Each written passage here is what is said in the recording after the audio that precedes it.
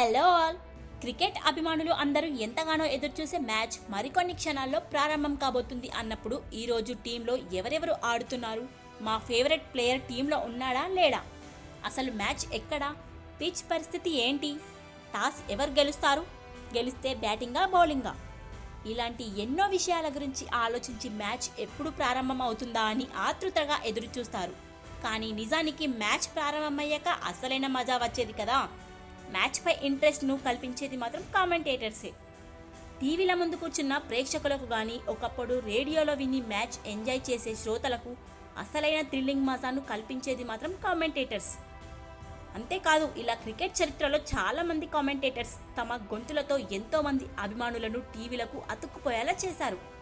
అలాంటి కొంతమంది క్రికెట్ వాక్యతలు చేసిన కొన్ని అద్భుతమైన, చాలా ప్రాచుర్యం పొందిన కామెంట్స్ ఇక్కడ వీడియోలో ప్లే అవుతున్నాయిగా.